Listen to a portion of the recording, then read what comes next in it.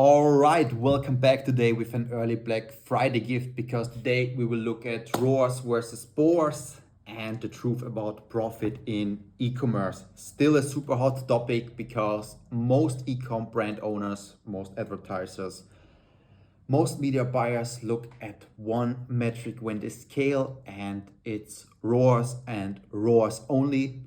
They see a 5x ROAS and they think they're killing it, their campaign is killing it. But what if I told you that with a 5x ROAS, you could still lose money? You could still leave money on the table. And in the end, it means nothing, right? Because ROAS is just a vanity metric. It doesn't consider any cost. It doesn't consider your cost of goods, your team costs, your costs of shipping, etc. and so on. So let's dive straight into it. All right, so the simple difference between ROAS and POAS is simply that ROAS focuses on the revenue and POAS on the actual profit directly, right? So ROAS, return on ad spend, basically a ROAS of 5x would be if you spend 1K, you get 5K out of it. Quite simple, right? So it focuses on the pure top line revenue, doesn't consider any costs, doesn't consider your profit margin, your team costs, anything at all. So it's a quite a simplified metric and the default performance metric for every channel, for every ad account, because it's quite simple, right? But in the end, it doesn't mean much. And profit actually considers the profit after product costs, after all kinds of fees, depending on how much you want to include, after shipping, after everything, but primarily the product costs actually. So you don't add up everything, but in the end it focuses on profits because that's what actually matters, and that's what you can see in the chart here as well, because you can see already, like, depending on what ROAS you pursue, how much you want to push it, how much you want to scale, in the end the profit is a bell curve, right? And we discussed it in previous videos. I showed it quite well on my whiteboard the last time. So the profit curve is always a bell curve, and you want to be somewhere here in this sweet spot in the middle, right? And that's the ROAS curve. We didn't see that the last time, but that kind of reflects it, depending on where your break-even ROAS is, of course, where you start to make actual profits. And then you want to be somewhere in the middle. After that, you kind of reach a point of diminishing returns, right? Where you push more, you make more revenue, but your ROAS is declining and your profit at some point as well, where it just doesn't make sense to push beyond that sweet spot, basically. And so the core difference, as we said already, the main difference is ROAS focuses on top line revenue purely and POAS on the actual bottom line profit, right? So it includes certain costs that you don't have with the ROAS. So it's a more relevant metric actually than ROAS, because ROAS simply leaves out profit, right? So at first glance, product A, campaign A, whatever you want, performs way better, right? It's very simple. 5x ROAS, product B, campaign B, 3x ROAS, very simple for me. I want to scale that, right? But that's where POAS comes into play, or where you have to know your numbers in general, regardless of what you use for tracking. There we know, right, we have higher cost of goods, higher cost in general, doesn't matter where the costs come from. And maybe with a ROAS of 5, you barely break even, or you just make less profit than here, where you have a ROAS of 3, but way better profit margin, so you make way more profit. So you can see already why ROAS in the end doesn't matter. Or also when somebody flexes on you on social media and it's like, oh, we have a ROAS of 5 or a ROAS of 7, 8, And it's like, yeah, why are you not scaling if the ROAS is so great? Because usually there's always like more into it, there's certain niches where you need a ROAS of 6, 7, and you need to optimize for every single cent that you spend there because the profit margin is so low, So it just means nothing. Revenue means nothing, ROAS means nothing. In the end, you optimize for profit, right? Everything else is just vanity metrics. So again, scaling purely on ROAS can drain cash if you ignore margin. ROAS means literally nothing. It's good, it's a simple metric for the start, but in the end, the profit matters, right? Because profit accounts, or POAS accounts for the product costs, shipping, payment fees, discounts and refunds definitely. And again, it's optional how much you want to include there, but I would focus on product and like the product related costs and costs related to the whole shipping process. team agency cost is usually not, I wouldn't directly include there if you use POAS for tracking, but it's up to you. In your profit sheet, you in the end you want to have all type of costs as well. But again, that's how you can optimize for consistent profit or optimal growth and not vanity metrics, right? Still, each of these metrics have a purpose, they have a point, and it's not always useful. It doesn't always make sense to use the POAS for tracking in the ad account, for example. And let me show you why. So first of all, like we said, ROAS is a very simple metric. It shows you very quickly and effectively without a lot of effort if your ads are actually working, right? Because here, for example, with product A, campaign A, whatever it is, we have a ROAS of 5x. Yes, maybe the costs are high, maybe it doesn't really make us a lot of profit here, but we know, hey, something is working here, right? We spend $1, we get 5 back. It seems there is a lot of traction, so we can see very quickly in the testing phase, hey, something is working here, right? Maybe we need to optimize our cost, maybe we need to optimize our margin, but something is working here. It's working well regardless of if you're advertising on TikTok, Meta, Google, doesn't matter, right? You get signals back very quickly in the testing phase. You know what's working and what's not. So you can scale and test very quickly without needing to know your numbers perfectly, your margin data and whatever else, right? Like you get fast feedback. So that's the point of it. It's very simple and you should start with that. And also, we use still ROAS as a tracking in most of our ad accounts if there's no big difference in profit margin between your products, right? Because think about it, optimizing for profit and tracking profit directly in the ad account is nice, it's sweet, it's cute, it sounds great, but do you really need it if there's no big difference in profit margin between your products anyway? Because if you know it's like quite consistent, right? And you know your costs, whatever costs we're talking about in the backend, you have your profit sheet there. You can calculate based on that your sweet spot range where you get the most profit. So you don't even need to optimize on POAS directly because your numbers are pretty straightforward in that case, right? There's like no need to overcomplicate things.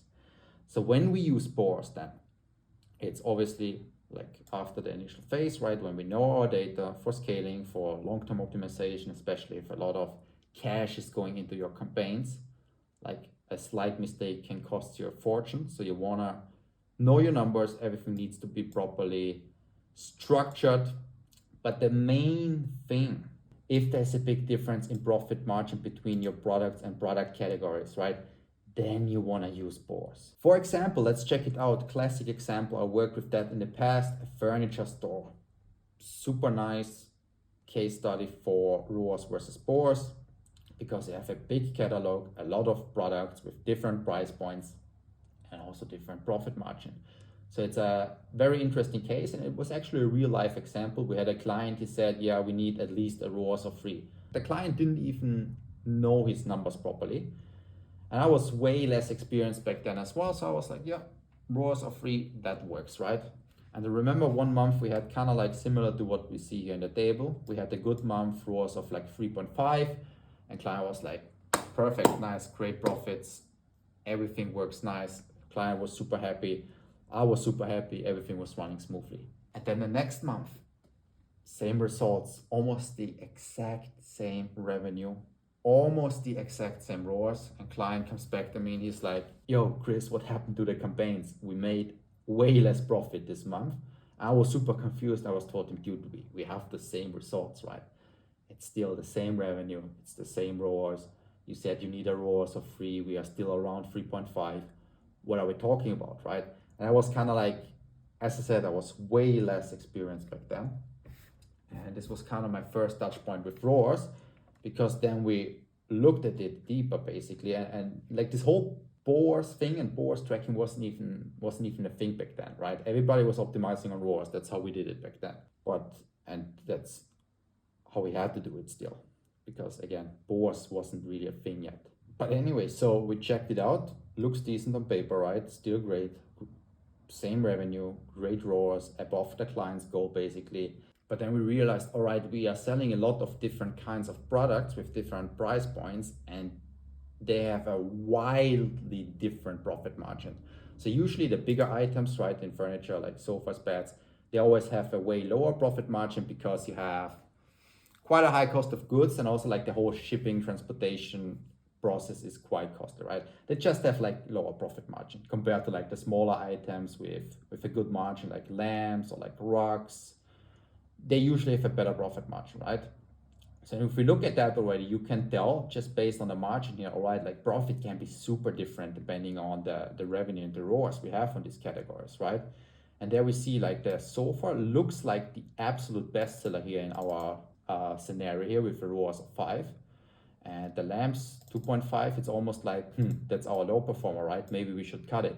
But now if we look at the profit margin, we see, all right, ROAS 5, great, but relatively low profit margin. And the lamps with 2.5, or with a profit margin of 55%, which is huge, that's quite decent then, right? So that makes it a completely different scenario, and you realize already, in that case, you cannot look at ROAS anymore. It just doesn't make sense.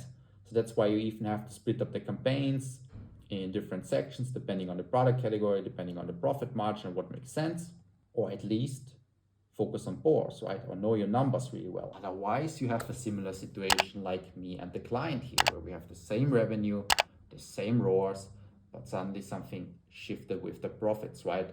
Why? Because suddenly we sold way more sofas with a slightly too low ROAS back then, and lamps and all like these high profit margin products, they were just like a side product. So we had good revenue and we had still a decent ROAS, but all the revenue was coming from a low profit margin product. So in the end, with the revenue and the ROAS we had, we barely made any profits, right? It was a similar situation like here, where we had a super low POAS here, despite high ad spend, despite high revenue. And all those products had a high POAS because of their great profit margin, but barely any spend was going after it, right? Because why? The campaign was optimizing for ROAS. And if the campaign is optimizing for ROAS, you will see here 5x. Great, let's focus on that, right? Makes sense. And that's what I thought as well. So we were shifting more budget towards that.